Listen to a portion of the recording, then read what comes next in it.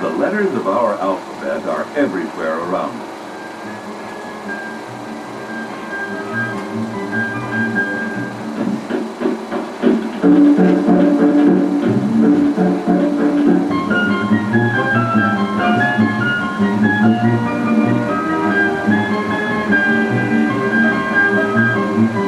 Sometimes there are too many letters.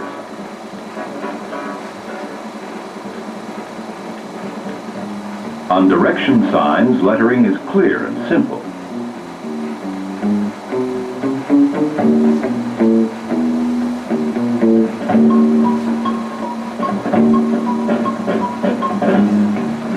Signs tell us what we will find inside buildings.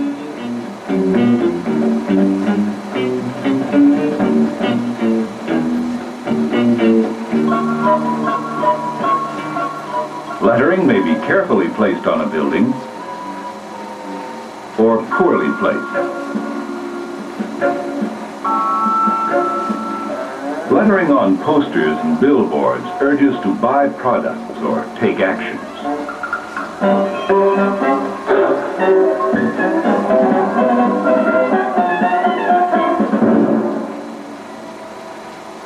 Man did not always use letter forms.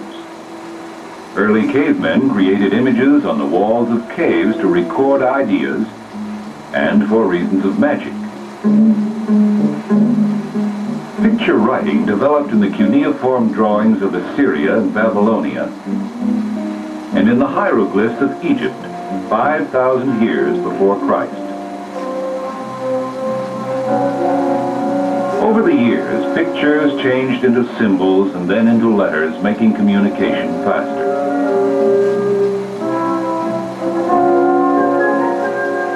These symbols developed into the letter A.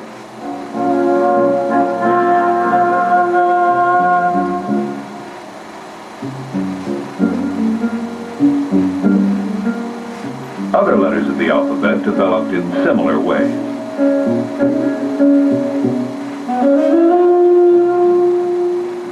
The Romans formed the basic alphabet that we use today.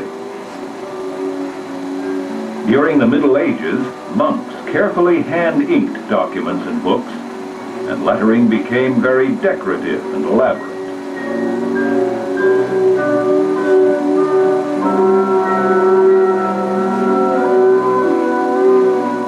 There was very little change in lettering until the invention of movable metal type by Gutenberg and others.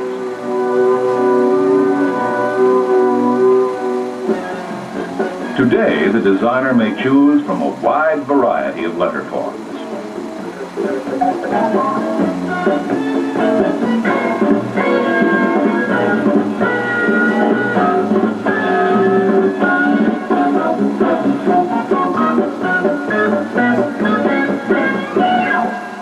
To better understand lettering, we first look at the structure of a letter.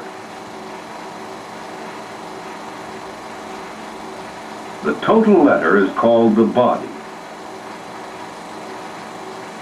This is called the stem. This is called the bow. The negative space created by the bow is called the eye. This is called the branch. These are the serifs. The letters of the alphabet are based on 4 basic shapes. 12 letters fit within the square.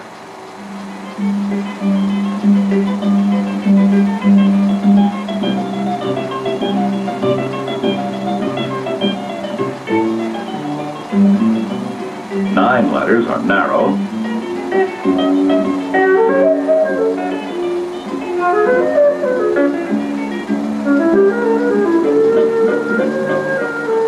2 letters are very thin. 2 letters are wide. Letters of the alphabet may be written as capitals or as lowercase. The many letter styles may be placed in 5 groups. The first group is called Old Roman.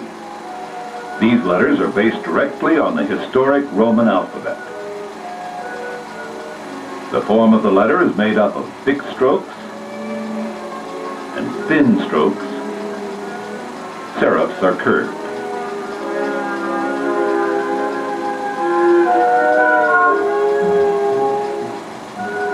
The second group is called New Roman. These letters developed from the Old Roman style but are more mechanical and precise.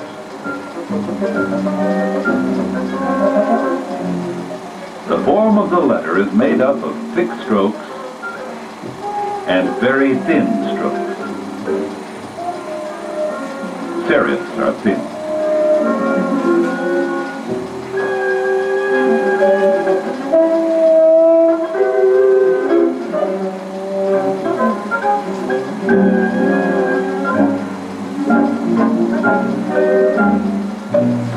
A third group is called Gothic.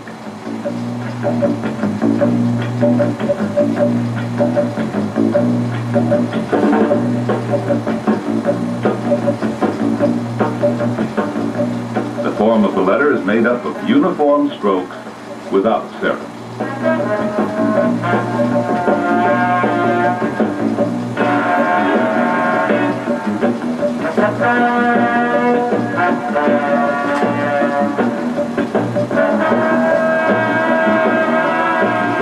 A fourth group is called script. The form of the letter is based on handwriting and can be as individual as handwriting.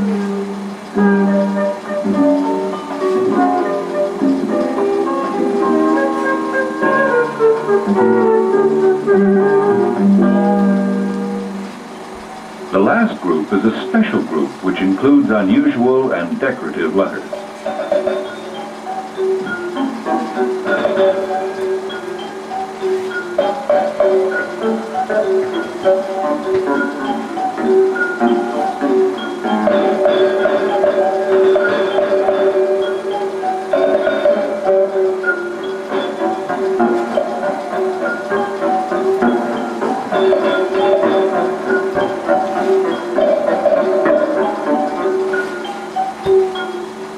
So we've looked at the style and shape of individual letters.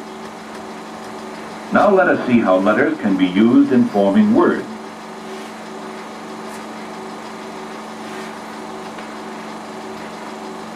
If letters are spaced an equal distance from each other, they may not hold together as a word, and it may be difficult to read. The right spacing cannot be determined by measuring. We visually space letters so the word holds together and it is easy to read. The spaces between words and lines may be varied to appear open or closed. There is a great variety of tools and materials that can be used in lettering.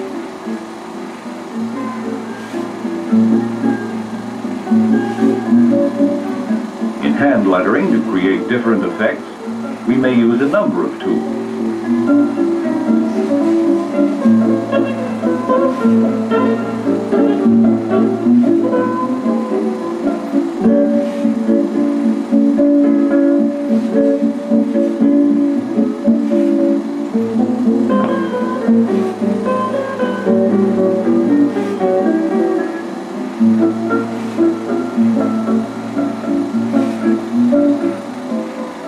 Practice basic letter forms to learn to use a particular alphabet.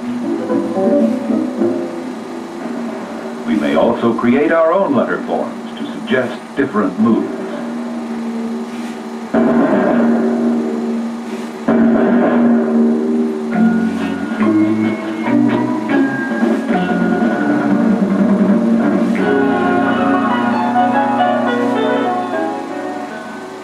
In mechanical lettering, we develop the letter first on tracing paper using pencil.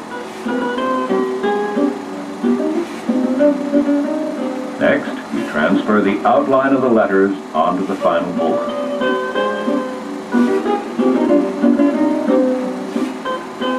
We complete the outlines by using an inking pen for straight lines and an inking compass for curved lines.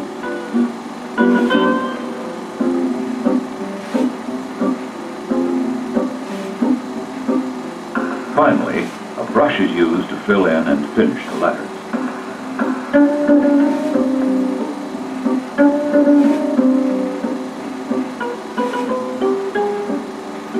Stencil patterns can also be used to form letters.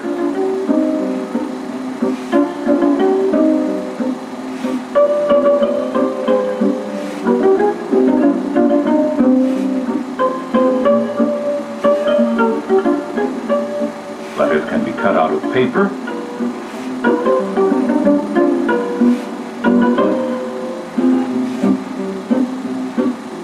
or letters can be cut out of magazines.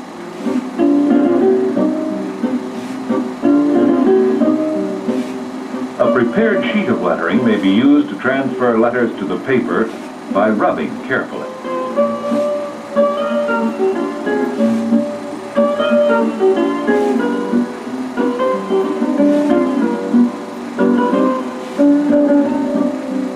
Rubber stamp letters can also be used.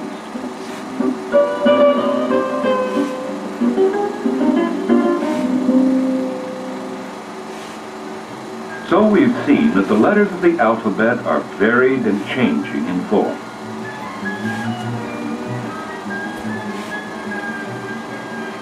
The contemporary designer is using letters in bold, new ways.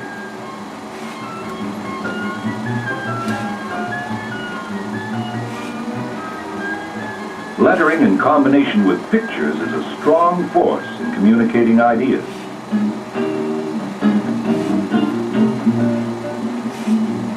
The designer carefully selects lettering considering the overall effect of color, the importance of shape, and the quality of line. He may also consider light and dark, and the differences of texture.